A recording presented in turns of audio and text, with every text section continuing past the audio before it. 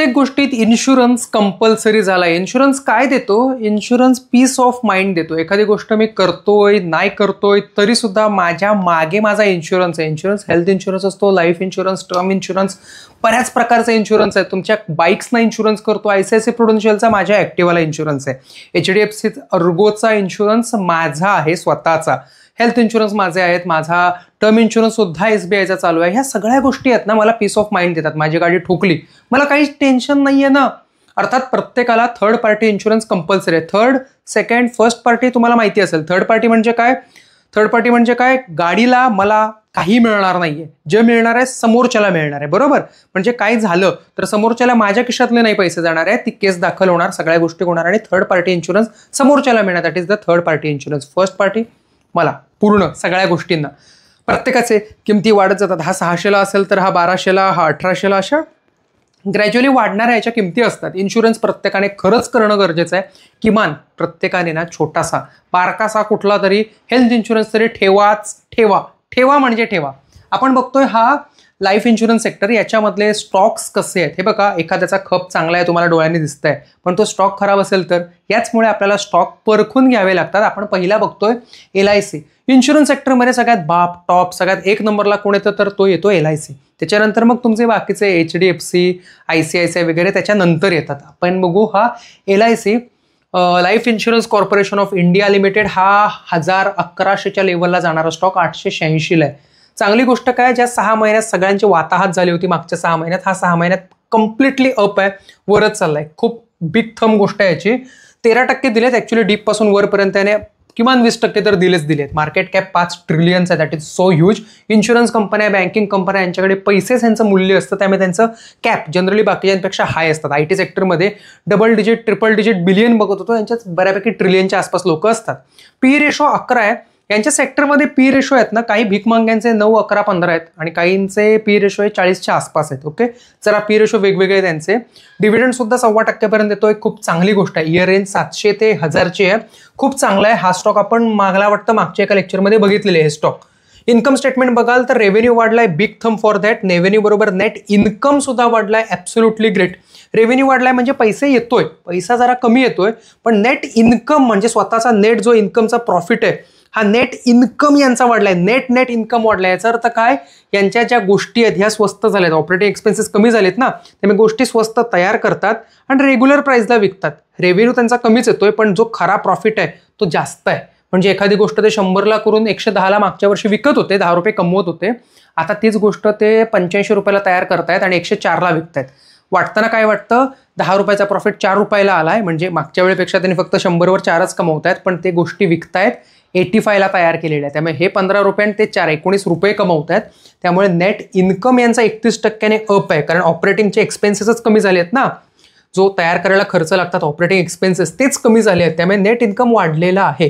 Revenue वाढलाय, absolutely big thumb for LIC.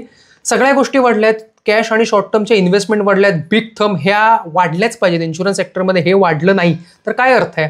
अशीच 6.48, अशीच जास्त आहेत लायबिलिटीजपेक्षा वाढलेल्या. खूप चांगली big thumb for LIC. Long term great आहे. LIC जिंदगी के साथ भी, जिंदगी के बाद भी, भारतीय जीवन विमा निगम खूप छापतात बरं, काही खूप छापतात. यांची अशी कुठलीच स्कीम नाही ज्या स्कीममध्ये हे तोट्यात आहेत. हे ॲब्सोल्यूट फायद्यात असतात आणि आपण थोडे फायद्यात असतो यांच्यामध्ये. 22 वर्षाने मिळणार 1 करोड. 22 वर्षाने 1 करोडला काय किंमत असणार आहे? 40 लाखाची. तेवढं तर 40 लाख आपणच भरतोय त्याच्यामध्ये 22 वर्ष.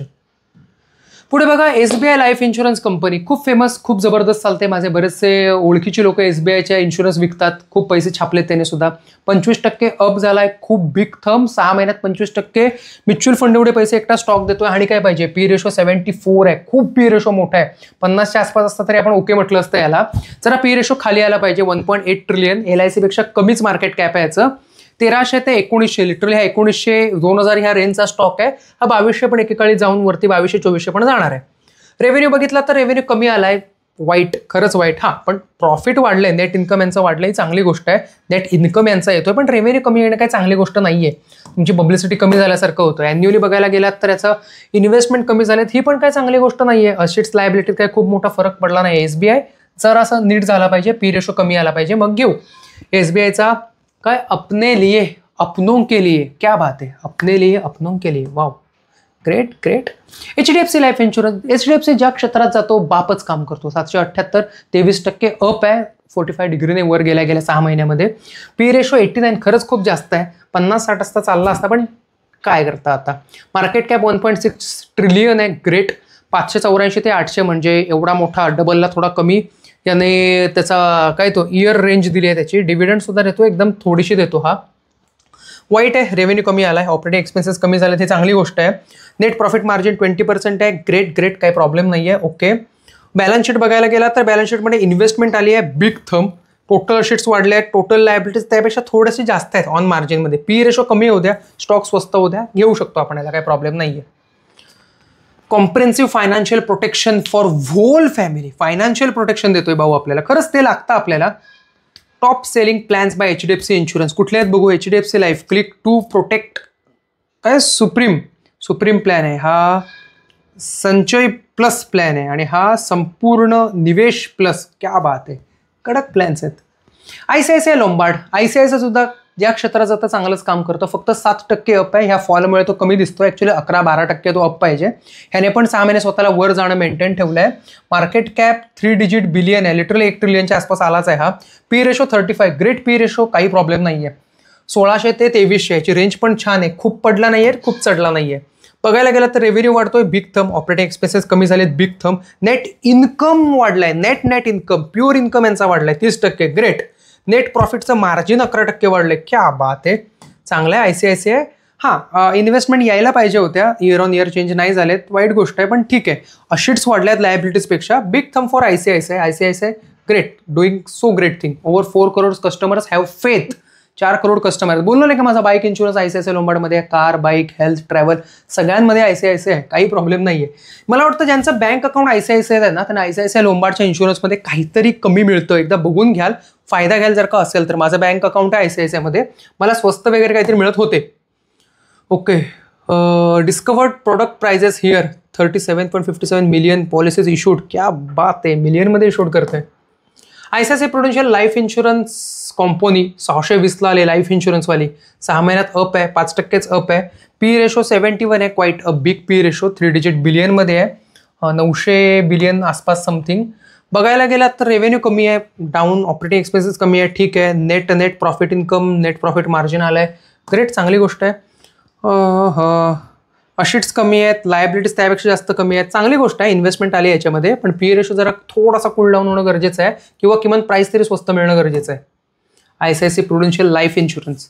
सिर्फ सही नाही, सबसे सही आहे. क्या बात आहे, हा सगळ्यात बेस्ट आहे म्हणतोय स्वतःला. ठीक आहे, स्वतःला तरी म्हणून घेणं चांगली गोष्ट आहे. याच्यामध्ये काय युलिप प्लॅन आहे, वेल्थ प्लस. हे युलिप प्लॅन भारी असतात बरं का, वापरलात नाही तर पैसे वाढत जातात. इन्शुरन्स सारखं आपलं म्युच्युअल फंड सारखं काम करतात ULIP. Term life insurance, okay, हा मेल्यावरच काम करतो. Term plus with return. Term plan for salaried. वा वा वा, असे सेग्रिगेट प्लॅन दिले पाहिजेत, लोक याच्यावरती भरपूर जाणार. टर्म इन्शुरन्स फॉर वुमन वेगळा. ग्रेट ग्रेट, ICICI चांगलं काम करतं. General insurance corporation of India, GIC, 394ला. याचं मला वाटतं आज एकदा अनालिसिस मी केलं आहे. 6 महिन्यात हा चढला, परत पडला, पण स्टील हा पॉझिटिव्हमध्ये स्वतःला मेंटेन ठेवले. Big thumb for that. Year range 347 ते 500. ओके, म्हणजे 300-600च्या आसपासची रेंज आहे. पी रेशो 6, खूपच भिकारडा पी रेशो आलाय. डिव्हिडंड 2.5% येतो. गव्हर्नमेंट कंपनी, एवढं तर दिलंच पाहिजे. सगळ्या गोष्टी वाढल्यात, रेव्हेन्यू पासून इन्कमपर्यंत सगळ्या गोष्टी इन्क्रीज झाल्यात, पण ऑपरेटिंग एक्सपेन्सेस पण बराच वाढला याचा. याच्यामुळे कदाचित त्याचं पर्सेंटेज खाली आले असतील. इन्व्हेस्टमेंट्स नाहीच, पण अशीट्सपेक्षा लायबिलिटी वाढल्यात. नाही, GIC तुला थोडंसं रिपेअर करायची गरज आहे. General insurance corporation of India global री इन्शुरन्स सोल्युशन्स. ओके, GIC आहे, हा री इन्शुरन्स सोल्युशन देतो. ग्रेट. हो काय, गव्हर्नमेंटचा emblem. GIC among the largest agri reinsurance across the globe. ह्या ॲग्रीमध्ये जो पडतो ना, एकतर तो पडतो नाहीतर तो पडतो. Emerging markets towards resilient growth. Great. Joint premium conference नाही करायची, जॉईंट आम्हाला. 29 फेअर कॉन्फरन्स कुठे होती? Federation of Afro Asian insurance and री इन्शुरन्स. ओके, जावा. आफ्रिकन आणि आशियन. चलो, सो तुम्हाला मी इन्शुरन्स सेक्टर कंप्लीट समजावून सांगितलं, याच्यात काय आहेत काही नाही आहेत, कोणते स्टॉक चांगले आहेत, कोणते स्टॉक चांगले काम करतात, मार्केट कॅपिटल कोणतं आहे, कारण हे सेक्टर आहे जिथे भांडवलच तुमचं भांडवल आहे.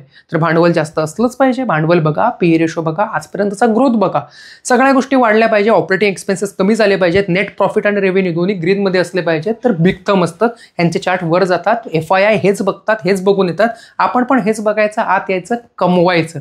सो सगळे सेक्टर नीट बघा, लक्षात घ्या यातलं काय काय घेतलं पाहिजे, लॉंग टर्मला, स्विंगला, आणि तुमच्याकडे काय आहे काय नाही यांचा हिशोब बांधा, गणित बांधा.